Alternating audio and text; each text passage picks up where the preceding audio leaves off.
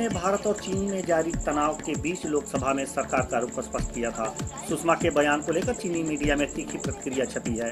उनकी बातों का विश्वास करें तो 1 अगस्त दोनों देशों के मध्य युद्ध छिड़ सकता है। चाइना समाचार पत्रों के अनुसार 26 जुलाई को ब्रिक्स सम्मेलन में भाग लेने चीन जा रहे डोभाल के पास शांति के लिए आखिरी मौका है। इस वक्त डोकलाम में भारत और चीन की सेनाओं के बीच काफी तनाव है। दोनों सेनाएं आमने सामने डटी हुई हैं। चीन बार बार भारत को अपनी सेनाएं वापस बुलाने की बात करता है, लेकिन अपनी सेनाओं के कदम को पीछे नहीं करना चाहता। उसका मानना है डोकलाम का यह क्षेत्र उसका है और यहाँ भारतीय सैनिक घुस आए हैं। जबकि गुरुवार को विदेश मंत्री सुषमा स्वराज राज्यसभा में बताया, जंक्शन पॉइंट कहते हैं और उस ट्राई जंक्शन पॉइंट में ये सहमति है, रिटर्न में सहमति है।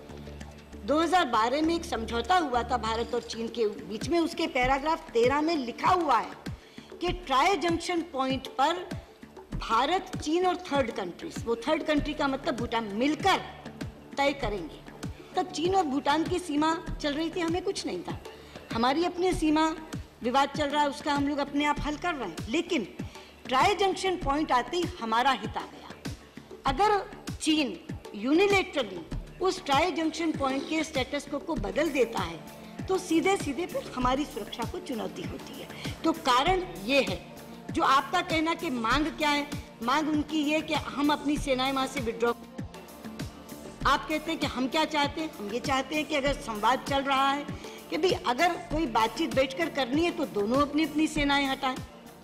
तो कोई भी अनरीजनेबल बात भारत की तरफ से नहीं हो रही है। इधर सुषमा स्वराज ने राज्यसभा में अपना रुख स्पष्ट किया और उधर चीनी मीडिया को मिर्ची लग गई। चीन के सरकारी अखबार ग्लोबल टाइम्स ने सुषमा स्वराज पर आग उगलते हुए लिखा, यह महिला विदेश मंत्री भारतीय सांसदों से झूठ बोल रही है, क्योंकि यह निर्विवाद रूप से सच है कि भारतीय सैनिकों ने चीनी इलाकों में अतिक्रमण किया है। भारत के इस जोखिम भरे कदम से अंतर्राष्ट्रीय समुदाय हैरान है और भारत के इस कदम का कोई भी देश समर्थन नहीं करेगा।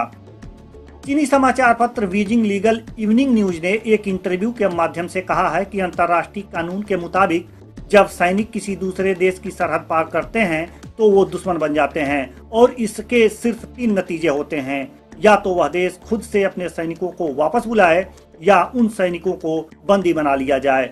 अगर स्थिति बिगड़ती है तो उन्हें नष्ट कर दिया जाना चाहिए। डोभाल ब्रिक्स देशों के NSA की बैठक में शामिल होने 26 जुलाई को बीजिंग पहुंच रहे हैं। चीन भारत सीमा विवाद में डोभाल विशेष दूत हैं। डोभाल का चीन दौरा इस मामले में भारत के पास शांति के लिए आखिरी मौका है।